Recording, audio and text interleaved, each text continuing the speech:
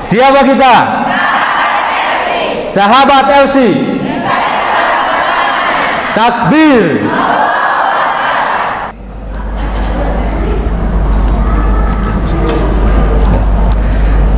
Baik. Bismillahirrahmanirrahim. Assalamualaikum warahmatullahi wabarakatuh. Alhamdulillah wassalatu wassalamu ala Rasulillah wa ala alihi wa sahbihi wa man walah. Amma ba'd. Bapak-bapak, ibu-ibu, kakak-kakak, abang-abang, teteh-teteh yang insyaallah dimuliakan Allah Subhanahu wa taala. Alhamdulillah di pagi hari ini, hari Ahad 19 Februari 2023, Bapak dan Ibu sekalian, kita bisa kembali menyelenggarakan stadium general yang keberapa, Pak Bu?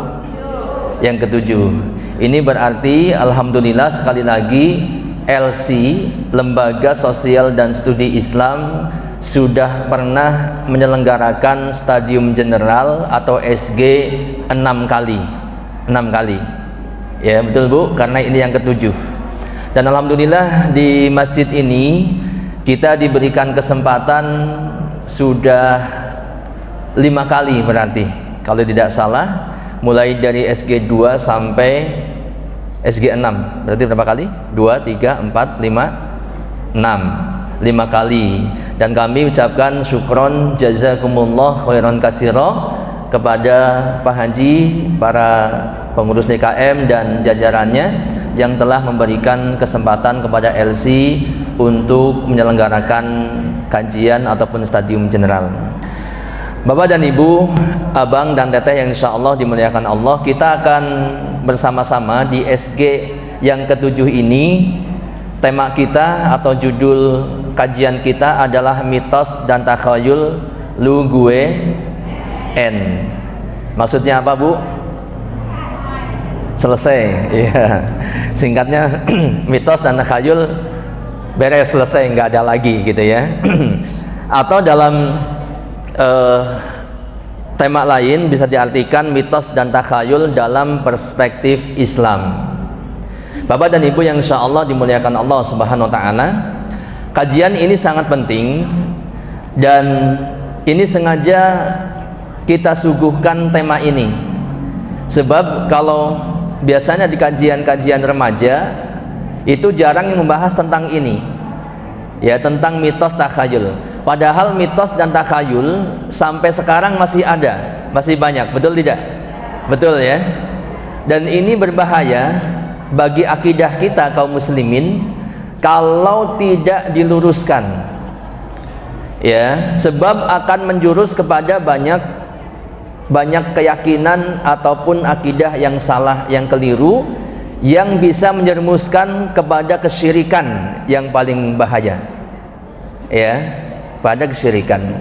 Kita lihat, sengaja saya siapkan slide-nya supaya kita lebih mudah untuk menyimak, ya, sambil dibaca barangkali bisa kelihatan ya Bu ya.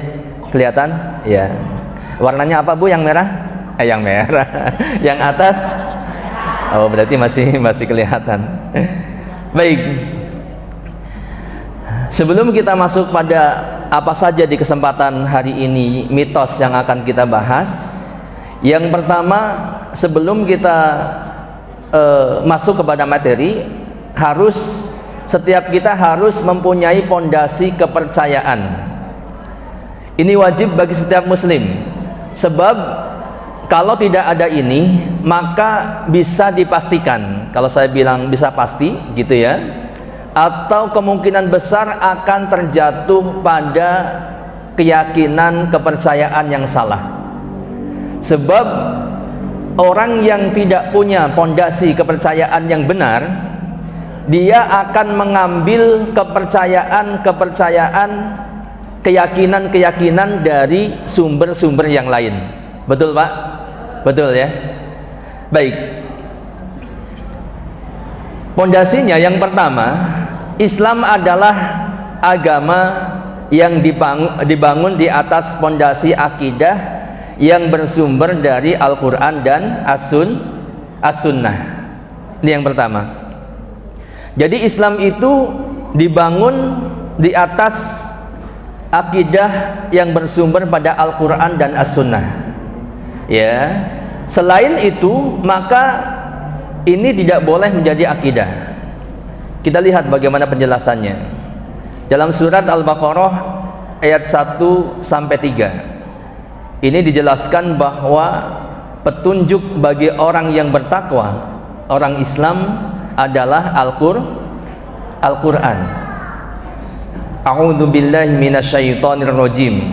Alif lam mim. Dzalikal kitabu la raiba fihi hudal lil muttaqin. Alladzina yu'minuna bil ghaibi wa yuqimunas sholata wa mimma razaqnahum yunfiqun. Alif lam mim, kitab Al-Quran ini tidak ada keraguan padanya. Jangan sampai kita ragu pada Al-Quran. Tidak ada keraguan, semuanya isinya benar. Petunjuk bagi mereka yang bertakwa. Dan ini Alkitab, Al-Quran itu petunjuk bagi mereka yang bertakwa, petunjuk bagi umat Islam. Dzalikal kitabu la raiba fihi hudal lil muttaqin. Petunjuk bagi orang-orang yang bertakwa, yaitu mereka yang beriman kepada yang gaib, yang mendirikan salat dan menafkahkan sebagian rezeki yang kami anugerahkan kepada mereka, dan seterusnya. Kemudian dalil yang selanjutnya, ini dalil mengenai bahwa kita harus menjadikan as-sunnah, as-sunnah dalam arti lain adalah hadis Nabi yang sahih. Ya, as-sunnah dalam arti lain adalah hadis Nabi, bukan sunnah dalam arti fikih. Kalau dikerjakan berpahala, ditinggalkan apa Bu? Merugi. Oh bagus, Ibu pinter ya. Jadi kalau ditinggalkan berpahala, ditinggalkan merugi, bukan tidak apa-apa ya. Iya. Jadi maksud Al-Quran dan as-sunnah, as-sunnah di sini maksudnya adalah hadis Nabi SAW. Maka dasarnya adalah hadis riwayat Malik, kemudian Al-Hakim dan yang lainnya, atau dihasankan oleh Syekh Al-Albani. Dikatakan Rasulullah SAW bersabda, taraktu fikum amrayni lan tadillu ma tamassaktum bihima kitaballah wa sunnata nabiyhi. Aku tinggalkan untuk kalian dua perkara yang dengan berpegang teguh kepada dua perkara itu, niscaya kalian tidak akan tersesat selamanya, yaitu apa? Kitabullah, Al-Quran dan sunnah nabinya, yaitu as-sunnah. Ya, maka kembali kepada poin yang pertama, bahwa Islam adalah agama yang dibangun di atas pondasi akidah dari Al-Quran dan as-sunnah. Kalau ada keyakinan-keyakinan yang beredar di tengah-tengah masyarakat kita, ya, atau yang dahulu kita percayai, kita yakini dari orang tua kita, kemudian kita tengok Al-Quran, kita tengok as-sunnah, kok tidak ada yang menyatakan begitu, maka ini tidak perlu dipercaya. Maksudnya tidak perlu diyakini dalam-dalam. Apalagi masalahnya adalah menyangkut nanti masalah mitos dan takhayul. Kalau hanya sekedar sejarah masalah dunia, ya boleh percaya. Tapi kalau sudah masalah kepercayaan, kalau begini mengakibatkan begini, kalau begini akan begini, kalau begini nanti begitu, maka ini harus menengok pada Al-Quran dan as-sunnah. Tentunya lebih jauh menengok lagi kepada penjelasan para ulama. Ini poin satu, dipahami Bu, Pak? Dipahami ya? Ini prinsip. Kemudian yang kedua, keyakinan yang bersumber dari Al-Quran dan as-sunnah ini merupakan wahyu dari Allah yang harus diimani oleh setiap muslim. Jadi apa saja yang datang dari Al-Quran atau yang dikatakan oleh Al-Quran dan as-sunnah, oleh hadis Nabi yang sahih, maka wajib kita percayai Bu, ya Bapak, Abang dan Teteh, Semuanya wajib kita percayai, tidak boleh sedikit pun kita tolak. Al-Quran, hati-hati ya, jangan pas dikasih tahu, dinasehatin ya, Mbak jangan begitu Mbak, ini Al-Quran melarang seperti itu. Itu kan, wah ini bahaya ya, jangan sampai menolak. Satu huruf pun Al-Quran tidak boleh ditolak. Misalkan tadi alif lam mim, ini gak bagus ada alifnya nih, buang saja, gak boleh ya, langsung aja lam mim gitu. Maka ini tidak boleh. Kalau satu huruf saja nggak boleh ditolak, nggak boleh diingkari, nggak boleh didustakan, apalagi satu ayat, apalagi semuanya Al-Quran ya. Jadi semua yang datang dari Al-Quran dan As-Sunnah wajib diyakini, diimani oleh setiap muslim ya. Kita lihat sedikit penjelasannya. Allah berfirman dalam surat An-Najm ayat 53 surat 53 ayat 3 dan 4. Wa ma yantiqu 'anil hawa in huwa illa wahyu yuha. Dan tiadalah yang diucapkannya itu menurut kemauan hawa nafsunya. Yang diucapkan oleh Rasulullah itu bukan hawa nafsu yang keluar dari diri beliau. Ucapannya itu tiada lain hanyalah apa, Bu? Wahyu yang diwahyukan kepada Rasulullah sallallahu alaihi wasallam. Jadi hati-hati Bapak dan Ibu ya. Kalau Rasulullah sallallahu alaihi wasallam atau kalau kita mendengar Rasulullah sallallahu alaihi wasallam bersabda, ini bukan semata-mata dari hawa nafsu beliau sallallahu alaihi wasallam, tapi itu adalah bimbingan wahyu dari Allah Subhanahu wa taala. Yang harus kita yakini, tidak boleh kita dustakan. Ya. Kita perhatikan hadis Nabi sallallahu alaihi wasallam. Ala inni utitul kitaba wa mislahu ma'ahu. Sesungguhnya saya telah diberikan Alkitab, Al-Quran, dan yang semisalnya, yaitu As-Sunnah bersamanya. Ya ini. Jadi Rasulullah SAW diturunkan Alkitab, Al-Quran kepada beliau, dan As-Sunnah. Dikatakan bahkan yang semisalnya.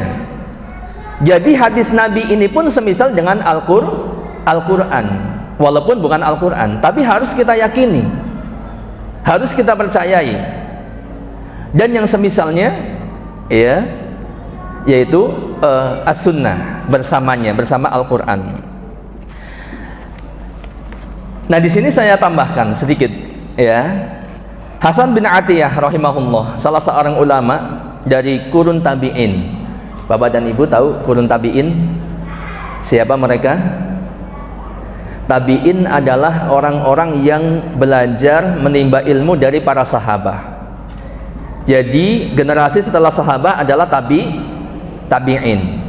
Ya, mereka bertemu langsung bersama para sahabat Nabi sallallahu alaihi wasallam. Hasan bin Atiyah rahimahullah mengatakan, kana Jibril yanzilu ala Rasulillahi sallallahu alaihi wasallam bisunnati kama yanzilu alaihi bil Qur'an wa yu'allimuhu iyyaha kama yu'allimuhul Qur'an. Kita perhatikan supaya Bapak dan Ibu ya tidak mudah menolak hadis Nabi sallallahu alaihi wasallam asal itu sahih. Sebab nanti pembagian hadis ada hadis sahih ya, kemudian ada hadis maudhu, ada hadis do'if, ada hadis maudhu. Do'if itu lemah, maudhu itu palsu gitu ya. Nah makanya kita harus banyak hadir di majelis taklim supaya tahu ya mana hadis, mana bukan, begitu kan. Tapi itu nggak usah terlalu dipikirkan sekarang terus setelah itu kita pusing, enggak ya. Sambil terus berjalan, terus belajar, sambil jalan belajar terus, insya Allah lama-lama kita tidak mudah tertipu mana hadis dan mana yang bukan hadis, begitu. Nah kembali kepada perkataan Hasan bin Atiyah, beliau mengatakan Jibril alaihissalam. Siapa Jibril? Malaikat Jibril, malaikat pembawa wahyu. Jibril alaihissalam turun kepada Rasulullah sallallahu alaihi wasallam membawa sunnah, sebagaimana dia turun membawa Al-Quran. Jadi sunnah pun turun dari Allah Subhanahu wa taala melalui siapa? Malaikat Jibril. Sebagaimana dia turun membawa Al-Quran, dia pun mengajarkan kepada beliau sallallahu alaihi wasallam sunnah, sebagaimana dia mengajarkan beliau Al-Quran. Ya, Bapak dan Ibu tahu nggak? Ada satu kelompok yang mengatakan dirinya Muslim tapi menolak hadis. Ya, kalau disebut namanya bisa disebut ingkarus sunnah. Ada kelompok yang pegangannya hanya Al-Quran saja. Al-Quran, hadis banyak ditolak. Ya, sebabnya apa? Ya mungkin sebabnya dia ragu kalau hadis itu kan perkataan manusia. Ya, atau ada argumen-argumen yang lainnya. Tapi tidak benar yang seperti itu. Sebab ya, meskipun semuanya sudah dijelaskan dalam Al-Quran globalnya, tapi ada rinciannya yang tidak disebutkan dalam Al-Quran. Betul Bu? Contohnya apa? Ibu sering dengar perintah sholat dalam Al-Quran, aqimis sholat, ya, dirikanlah sholat, inna sholata tanha 'anil fasya'i wal munkar. Dirikanlah sholat, sesungguhnya sholat itu mencegah dari perbuatan keji dan mungkar. Tapi cara sholat ada nggak dalam Al-Quran? Sholat subuh 2 rakaat ada dalam Al-Quran? Berarti ngelihatnya kemana? Kembali kepada sunnah. Maka tidak boleh lepas dua. Makanya tadi, taraktu fikum amroini, aku tinggalkan 2 perkara kepada kalian, yang kalau kalian berpegang teguh kepada 2 perkara itu, niscaya kalian tidak akan tersesat. Apa itu? Kitabullah dan sunnah nabinya. Kan begitu ya? Nah, ini pondasinya.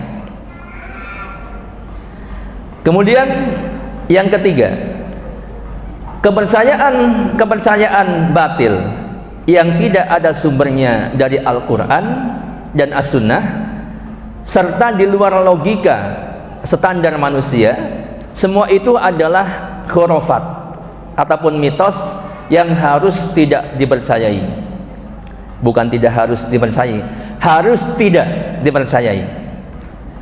Kalau ada sebelum ini keyakinan kepercayaan batil yang tidak ada sumbernya dari Al-Quran dan As-Sunnah, yang itu di luar logika manusia, maka ini berarti mitos, khurafat yang harus tidak dipercayai. Kita Muslim, ya betul Bapak Ibu, kita Muslim Muslimah, betul. Sandaran kita apa? Pegangan kita apa? Al-Qur'an dan As-Sunnah. Selain itu maka ya, kalau di luar logika manusia ini tadi, maka tidak harus tidak dipercayai. Sebab apa? Sebab hanya Allah yang mengetahui perkara yang gaib. Kalau ada keyakinan, contoh misalkan, ada nggak Ibu misalkan yang bisa menyebutkan keyakinan khususnya di wilayah Bekasi misalkan, atau ada mitos apa barangkali yang putra bapak-bapak ada, misalkan suatu tempat tertentu ya, yang kalau kita lewat situ, nah, kemudian kita harus permisi kayak, harus lempar duit kayak, harus lempar koin, atau harus klakson 3 kali tit gitu kan. Kalau lupa nanti, wah tadi saya lupa lewat situ nggak klakson 3 kali. Setelah itu harus apa? Ada dendanya, harus ngasih sedekah kepada fakir miskin 3 orang misalkan. Kalau nggak begitu nanti kamu akan cilaka besok. Maka yang seperti ini tidak boleh dipercaya. Sebab celaka atau tidak celaka besok ini masalah gaib, betul? Kalau masalah gaib siapa yang tahu? Hanya Allah. Yakin? Kita lihat. Qul la ya'lamu man fis samawati wal ardil ghaiba illallah wa ma yash'uruna ayyana yub'atsun. katakanlah wahai Muhammad, tidak ada seorang pun di langit dan di bumi yang mengetahui perkara yang gaib kecuali Allah, dan mereka tidak mengetahui bila mereka akan dibangkitkan. Ya, tentunya penjelasan yang gaib sebenarnya panjang lebar ini, banyak sekali hadis ataupun dalil yang menjelaskan tentang ini. Al-Quran juga banyak sekali yang menjelaskan tentang bahwa yang tahu perkara yang gaib hanyalah Allah. Sampai malaikat dan para jin, para nabi pun tidak tahu masalah yang gaib. Yang gaib mutlak tidak tahu. Pernah ya jin yang di bawah kekuasaan Nabi Sulaiman itu mengira Nabi Sulaiman masih hidup, karena Nabi Sulaiman itu diwafatkan oleh Allah dalam keadaan, ada yang bilang berdiri atau duduk di singgasananya. Ya, kalau dicontohkan seperti ini, sambil pegang tongkat seperti ini. Jin itu bekerja di hadapannya, ya, bekerja. Itu lamanya 1 tahun. Nabi Sulaiman sudah wafat, cuman Allah wafatkan dalam keadaan duduk. Ya, jin-jin itu mengira Nabi Sulaiman masih hidup, sehingga dia bekerja itu dengan sungguh-sungguh, karena diawasin oleh Nabi Sulaiman, karena dia berada di bawah kendali Nabi Sulaiman, takut ya ada dalam kendalinya. Nah, tahu-tahu para jin itu bahwa Nabi Sulaiman sudah meninggal, begitu tongkatnya Nabi Sulaiman itu rapuh 1 tahun, Bu, dipegang terus rapuh, kemudian Nabi Sulaiman tersungkur, gubrag, oh ternyata sudah meninggal. Lamanya 1 tahun, dalam tafsir Ibnu Katsir dikatakan begitu. Ini menunjukkan jin itu pun nggak tahu masalah yang gaib, ya, termasuk malaikat, termasuk nabi. Ya, banyak kisahnya. Suatu saat Rasulullah mau menyegat, kalau bahasa kita ya, bahasa anak muda itu, nyegat satu rombongan atau kafilah yang akan dilawan, ya, atau yang akan diketemukan gitu. Cuman ternyata nggak ketemu. Ya, dikiranya mau datang besok Rasulullah dan rombongan nungguin di suatu jalan, ya, di suatu perlintasan, ternyata sudah datang kemarin, sudah lewat. Ini menandakan Rasulullah tidak tahu yang gaib. Begitu. Jadi yang tahu yang gaib siapa? Allah. Kalau ada keyakinan yang nggak ada sumbernya dari Al-Quran dan As-Sunnah, kemudian mengatakan begini begitu, besok akan begini, besok akan begitu, apalagi terjadi kiamat tahun 2024, harus tidak dipercaya. Sebab Al-Quran tidak bilang kiamat terjadi tahun 2024. Sudah siap? Ya harus siap kapanpun kan, gitu ya. Baik, kita lanjut.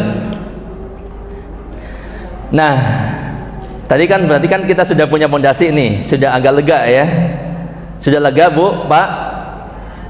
Coba ya, masing-masing pegang pundak bahu sebelah kanannya, bahu temennya sebelah kanannya, ya. Ikutin kata-kata saya sambil ditepuk-tepuk 3 kali gini ya. Ikutin ya. Sahabatku, sahabatku. Kalau yang nggak ada ya nggak usah.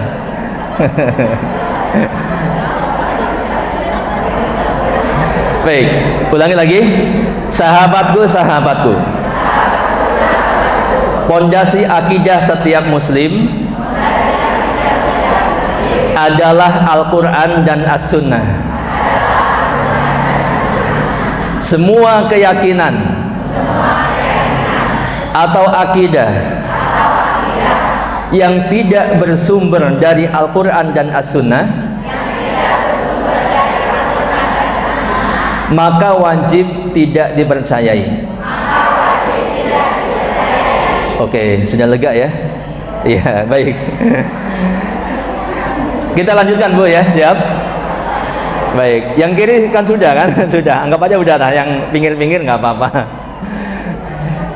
Baik, kemudian hari dan malam mistis. Nah, ini Bapak dan Ibu, setelah ini mungkin kita baru bilang oh gitu ya, tapi jangan lebar-lebar ya.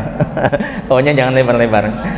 Yang pertama, yang banyak diyakini oleh sebagian besar atau sebagian dari masyarakat kita, bahkan sebagian dari kaum muslimin, Yang pertama malam Jumat Kliwon. Yuk, ada orang Jawa di sini?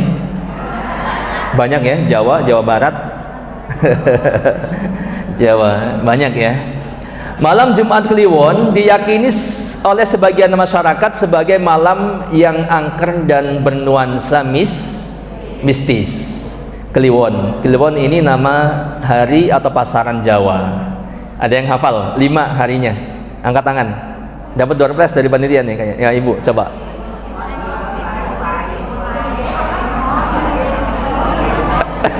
Kayak lupa Ibu. Dimulai dari apa? Enggak. Manis ya. Manis paing pon wage Kliwon. Manis atau legi? Saya orang Jawa Bu loh. Oh. Manis paing pon wage Kliwon. Nah ini malam Jumat Kliwon, ini anak rasa ini sudah mendunia. Bukan hanya di Jawa ya. Ya dulu kita masih kecil juga ini malam Jumat Kliwon loh. Hati-hati, serem gitu kan. Memang mistis gitu, mistis. Kita lihat penjelasannya ya, supaya lebih jelas.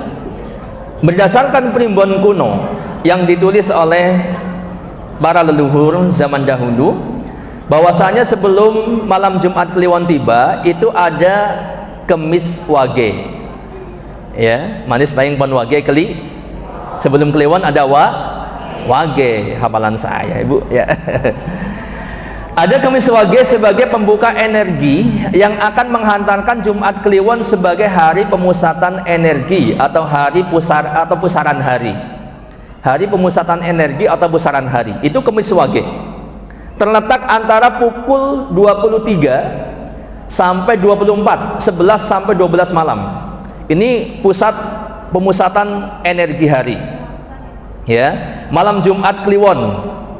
Malam Jumat Kliwon tersebutlah pusat pusaran hari. Oleh karena itu, banyak ahli nujum, paranormal, para enggak normal. Kemudian peramal paranormal melakukan ritual, dukun-dukun ya, melakukan ritual pada waktu itu karena dianggap bertepatan dengan malam pengaktifan energi alam goib yang sangat besar. Malam Jumat Kliwon ini malam besarnya para dukun, dianggap mistis. Dulu juga ada film ya, kalau film-film horor iya, malam Jumat Kliwon, misteri malam Jumat Kliwon. Kalau mungkin di barat atau di Eropa sana ya, masih ingat nggak ada Friday 13 ya kan, 13 Jumat di tanggal 13 itu memang udah mendunia, mistis gitu ya. Nah ini, jadi ini diyakini oleh sebagian masyarakat ya. Nah keyakinan yang seperti itu betul atau tidak? Ya, boleh nggak kita meyakini malam Jumat Kliwon itu mistis, serem, kemudian nanti kalau begini begitu, ya, boleh nggak? Tidak boleh. Sebab apa? Kita lihat. Sebelum lanjut ya, kini masih ada lanjutannya. Selain malam Jumat Kliwon juga Selasa Kliwon. Di dalam budaya Jawa dan Bali dinamakan hari Anggoro Kasih, yaitu hari yang istimewa. Ini Selasa Kliwon. Ya, nggak tahu Kliwon itu anaknya siapa. Sehingga sangat diistimewakan ya Kliwon ya. Selasa Kliwon di dalam budaya Jawa dan Bali dinamakan hari Anggoro Kasih, yaitu hari yang istimewa. Kemudian pernah ya, ini saya salin dari situs berita, sampai sekarang juga masih ada beritanya mungkin ya di internet. Di kawasan Cepuri, Parangkusumo. Ada orang Jawa sini, Bu? Orang Jawa ada? Orang Jogja? Nggak ada ya? Iya. Mana Bu? Jogja? Ibu Jogja? Di Bantul, saya dulu pernah di Bantul sebentar. Bantul, Yogyakarta. Di suatu waktu tertentu pada Jumat dan Selasa Kliwon diadakan ritual persembahan untuk para penguasa Laut Selatan. Betul Bu? Betul, bukan cuma di Jogja. Kalau yang selatan-selatan nanti juga ada pembahasannya nih. Ya. Orang-orang yang meninggal selanjutnya beda lagi. Orang-orang yang meninggal tepat pada Selasa Kliwon di beberapa tempat kuburannya ini akan diburu oleh pencuri, oleh pencari jimat. Mohon maaf ya. Kalau orang yang meninggal Selasa Kliwon, kuburannya itu akan diburu oleh para pencari jimat, orang-orang yang biasanya cari ilmu, entah ilmu kadigdayan, entah ilmu kesugihan atau apa dan sebagainya. Itu dicari. Makanya kalau orang yang percaya dengan ini, biasanya kuburannya dijaga, ya, dijagain sampai malam terus dirondain, gitu. Jangan-jangan nanti ada yang bongkar kuburannya kemudian diambil bagian-bagian organ tubuhnya. Beberapa bagian tubuhnya atau kain morinya ini akan dipersembahkan untuk mahar pesugihan, ilmu kebal dan lain sebagainya. Ini Selasa Kliwon, ya. Kalau ibu-ibu nggak usah takut mati Selasa Kliwon, itu semua hari dalam Islam itu nggak ada yang buruk, gitu kan, sama saja. Kita lihat, bahkan ada yang hari istimewa dalam Islam. Yang ketiga, kepercayaan di atas malam Jumat Kliwon, Selasa Kliwon, ataupun yang lainnya, gitu ya. Ini adalah kepercayaan batil yang tidak mempunyai dasar di dalam Islam, bahkan merupakan warisan dari agama-agama kesyirikan di negeri ini, agama-agama selain Islam. Ya, betul nggak Bu? Itu warisan Islam bukan? Bukan. Ya, untuk itu kita tidak boleh mempercayainya. Ini berbicara tentang hari Jumat, ya. Saya minum dulu ya Bu ya, mohon maaf nih.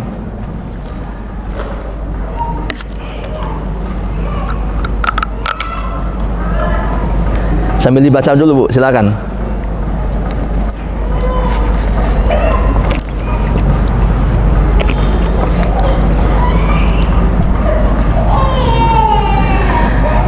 Baik, ini dalil tentang bagaimana Islam, ya, menyikapi hari Jumat. Khairu yaumit tala'at alaihi syamsu yaumul jumu'ah. Sebaik-baik hari di mana matahari terbit, yaitu hari seperti hari biasa, gitu ya, yaitu hari Jumat, ya. Di saat itu adalah hari Jumat. Pada hari ini Adam diciptakan, ya, hari ketika ia dimasukkan ke dalam surga, dan hari Jumat itu juga hari ketika dia dikeluarkan dari surga, dan hari kiamat akan terjadi pada hari Jumat. Jadi hari Jumat itu bukan hari tadi mistis, bahkan ini sebaik-baik hari. Nabi Adam diciptakan hari Jumat, dimasukkan ke dalam surga pada hari Jumat. Jadi tidak perlu kemudian meyakini hari Jumat sebagai hari yang mistis, kemudian membuat-buat sesajen, ya, melakukan ritual ini dan itu, ya, ini tidak perlu. Kemudian yang kedua ini, ya, bahwa umat Islam itu Allah tunjukkan hari Jumat, sedangkan selain umat Islam, umat Yahudi disimpangkan dari hari Jumat, yaitu hari Sabtu. Kemudian Nasrani pun demikian, disimpangkan dari hari Jumat, yaitu hari Ahad atau hari Minggu, ya, hari Minggu. Kemudian Allah membawa kita dan menunjukkan kita pada hari Jumat, begitu. Baik, Bapak dan Ibu yang insya Allah dimuliakan Allah Subhanahu Wa Taala, ya. Jadi sekali lagi, ya, kalau sebelum ini atau bahkan tadi sampai kita duduk di masjid ini masih ada keyakinan malam Jumat Kliwon, Selasa Kliwon, atau hari-hari yang lainnya, ya, masih ada keyakinan yang tidak bersumber dari Al-Quran dan As-Sunnah, maka semuanya harus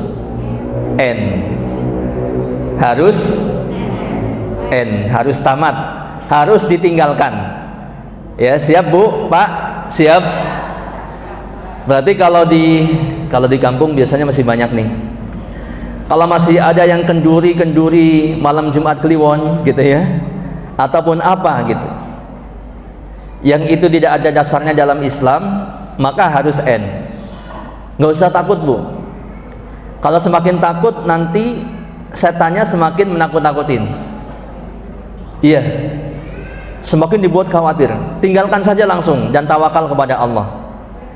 Ya, sebab kalau masih mempercayai yang seperti itu, nanti bisa masuk pada keyakinan atau akidah kesyirikan. Sebab biasanya orang yang seperti itu, orang yang melakukan ritual di malam-malam tertentu, ya, itu punya keyakinan kalau tidak begitu nanti kehidupannya akan cilaka. Betul nggak begitu? Betul? Pasti punya keyakinan. Ya, nanti rezekinya akan susah. Ya, maka yang seperti ini tidak benar. Ya, kalau pengen rezeki lancar, banyak jalannya di dalam Islam. Di antaranya apa? Banyak infak kepada masjid, ya, banyak infak untuk kegiatan dakwah, banyak sedekah kepada orang lain, maka Allah akan mudahkan rizkinya. Bertakwa kepada Allah, berbanyak amal soleh, maka insya Allah Allah mudahkan rizkinya. Tidak perlu membuat apa, ya, sesajen, tumpeng, kemudian makanan dan sebagainya setiap malam Jumat Kliwon misalnya, Selasa Kliwon, atau malam apa saja gitu ya. Sebab ini tidak ada dasarnya di dalam Al-Quran. Baik, selanjutnya adalah seputar falak. Falak itu perbintangan, bintang. Nah, ini bapak-bapak dan ibu-ibu, karena ini materinya sebenarnya adalah untuk remaja, namun alhamdulillah bersyukur ya, banyak dari remaja kita, mantan remaja yang juga banyak hadir di sini, remako kata ibu. Ya, jadi seputar falak. Di antara mitos seputar bintang, yaitu keyakinan dikabulkannya permintaan ataupun doa saat melihat bintang jatuh. Masih ingat Pak dulu ya? Jadi kalau pengen berdoa atau pengen dikabulkan permintaannya, sengaja keluar rumah, ya, ngelihat bintang. Kalau ada bintang jatuh, dia berdoa, ya. Ini kemudian diyakini seperti itu. Oh, berarti doa kita akan dikabul nih. Kita lihat, keyakinan ini bertentangan dengan akidah Islam. Keyakinan terkabulnya doa saat bintang jatuh ini bertentangan dengan akidah Islam, bukan dari ajaran Islam. Sebab antara bintang jatuh dengan terkabulnya ataupun tidak terkabulnya doa itu tidak ada hubungannya sama sekali. Jadi kalau bintang jatuh ya jatuh aja udah, ya kita zikir aja kepada Allah, masya Allah, subhanallah, gitu kan. Jadi nggak ada kaitannya bintang jatuh dengan doa dikabulkan atau tidak dikabulkan atau akan terjadi apa-apa, nggak ada. Oh, bintang jatuh, wah ini kita harus bikin tumpeng nih, ya. Oh, bintang jatuh kita harus macam-macam gitu ya, nggak ada itu. Dalam Al-Quran disebutkan bahwa bintang diciptakan oleh Allah sebagai pelontar api atas para setan yang ingin mencuri berita dari langit, kemudian sebagai petunjuk arah dan juga menjadi hiasan langit. Jadi tidak ada sama sekali hubungannya antara atau dengan kepercayaan apapun selain ketiga hal ini. Ini prinsip kita kepada bintang. Kalau melihat bintang, Allah ciptakan bintang untuk apa? Yang pertama, untuk pelontar api, untuk melempar setan, gitu kan? Setan itu kerjaannya nyuri berita dari langit, kemudian disampaikan kepada para dukun, ya. Tapi ini nggak berhasil dilempar sama malaikat atau sama Allah dengan api melalui bintang ini. Yang kedua, ya, Allah ciptakan bintang itu sebagai petunjuk arah. Yang ketiga, sebagai hiasan langit. Ini fungsi bintang, adanya bintang. Ya, yang pertama bermanfaat nggak? Bermanfaat sekali. Yang kedua, bermanfaat sekali bagi orang yang tersesat melihat bintang, itu akan tahu arah. Itu selatan, ini utara, itu timur, itu barat. Jangan melihat bintang. Masih ingat pelajaran SMP, Bu? Pak? Ya, gitu kan, rasi bintang. Ingatnya layang-layang aja itu selatan. Bintang layang-layang, Scorpion dan sebagainya. Sehingga bintang-bintang ini nanti akan jadi zodiak yang pada akhirnya. Ya, ada Scorpion, ada Aries, ada apa aja? Leo. Oh, ibu hafal. Nah, ini nanti yang ada. Ini ada bahasanya ya. Kemudian sebagai apa? Hiasan langit. Ini hiasan langit bener. Kalau kita keluar malam-malam nggak ada bintang, itu rasanya gimana gitu ya. Tapi begitu keluar lihat bintang yang banyak sekali, itu indah sekali, itu seneng hati kita. Apalagi ada bulannya, itu luar biasa ya. Baik, dalilnya apa? Surat Al-Mulk ayat yang kelima. Walaqad zayyana as-samaa ad-dunya bimasabiha wa ja'alnaha rujuman lisyayatin wa a'tadna lahum adabas sa'ir. Sesungguhnya kami telah menghiasi langit yang dekat dengan bintang-bintang. Langit yang dekat dengan dunia kita atau dengan bumi ini dihiasi dengan bintang-bintang. Dan kami jadikan bintang-bintang itu adalah alat-alat pelempar syaitan. Surat Al-Mulk ayat yang kelima. Ya, jelas. Jadi bintang itu diantara fungsinya untuk melempar syaitan. Kemudian yang kedua, surat Al-An'am ayat 97. Wa huwa alladzi ja'ala lakum nujuma litahtadu biha fi dhulumatil barri wal bahri qad fasalnal ayata liqaumin ya'lamun. Di sini tulisannya kecil Bu ya, agak enggak hafal soalnya ayatnya ya. Wa huwa alladzi ja'ala lakumun nujuma litahtadu biha fi dhulumatil barri wal bahri.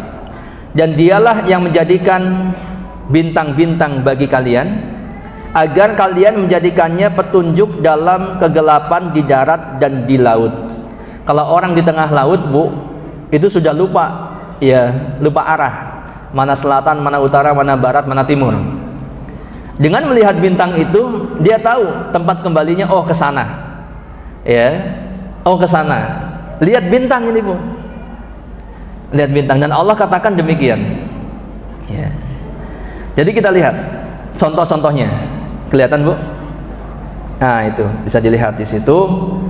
Yang ini, nah ini nih, yang tadi saya bilang nih, kan, layang-layang ya. Ini arah selatan. Coba nanti malam kalau terang lihat bintang ke arah selatan, pasti yang kelihatan bintang layang-layang, gitu kan? Kemudian ini bintang Orion atau pemburu, ini arah barat, ini kayak pemanah begitu ya. Kemudian ini Scorpion, oh ini paling hafal ya. Kalajengking arah timur, kemudian arah utara ini bintang biduk, ya. Nah ini Allah jadikan bintang diantaranya fungsinya untuk ini. Bukan untuk apa-apa, apalagi untuk disembah, bukan sama sekali. Ya, dan tidak ada kaitannya tadi dengan terkabulnya ataupun tertolaknya doa-doa kita. Nggak ada sama sekali. Kalau pengen dikabulkan doa, dalam Islam pun sudah diajarkan waktu dan tempatnya. Ya, di antaranya yang paling familiar adalah doa di sepertiga malam. Salat setelah salat tahajud misalkan gitu ya. Kemudian doa antara adzan dan iqamah dikabulkan. Doa saat sujud salat. Kemudian saat safar perjalanan. Saat turun hujan deras. Kemudian waktu sore pada asar di hari Jumat. Itu waktu-waktu dan juga tempat-tempat dikabulkannya doa.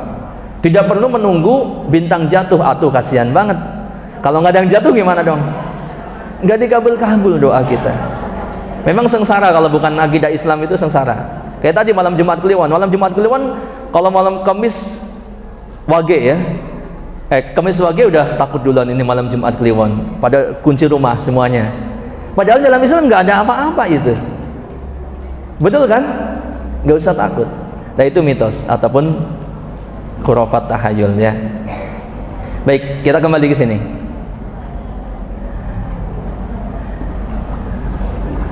Mempercayai ramalan zodiak. Nah ini bintang tadi kan, ini juga namanya bintang juga kan, zodiak. Ini adalah haram karena ini termasuk kesyirikan. Percaya kepada zodiak ini, mohon maaf Bapak dan Ibu, karena ini memang LC itu asalnya adalah kegiatan remaja, tapi alhamdulillah banyak remaja juga yang hadir ya, kata Ibu mantan remaja. Tapi jangan sampai ibu-ibu masih seneng baca-baca. Sekarang mungkin bukan lagi di majalah. Kalau dulu ada majalah ya, biasanya ada zodiaknya. Sekarang di HP semuanya ya, zodiak. Itu senang banget kalau baca itu ya. Padahal tahu nggak Bu, pengakuan dari orang yang pernah kerja di media zodiak, media yang apa, nulis-nulis zodiak itu ngarang Bu, tahu nggak? Jadi kalau misalkan Aries bulan ini lahirnya bulan ini misalkan kan, sampai bulan ini, itu ngarang itu Bu, ditulis ya, jodohnya begini, kemudian kehidupannya bahagia, kamu harus hemat gitu kan. Kalau nggak hemat ya pastilah, kalau nggak hemat pasti kalau nggak hemat pasti akan banyak kehilangan duit kan. Ya itu konon katanya pengakuannya itu ngarang itu, bahkan itu bualan setan, pasti bohong, nggak bener ya. Kita lihat percaya kepada zodiak atau bintang-bintang ini termasuk ke dalam kalau istilah dalam Islam itu tatoyur. Tatoyur. Dia mempercayai sesuatu, akan terjadi sesuatu karena sesuatu. Tatoyur itu asalnya dari kata at-toyr, yaitu burung.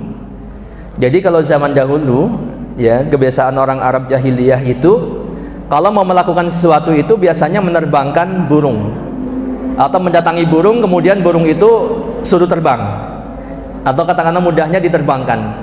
Kalau burung itu terbangnya ke kiri, maka ini adalah kesialan. Jadi mereka tidak jadi mengerjakan sesuatu atau tidak jadi berangkat.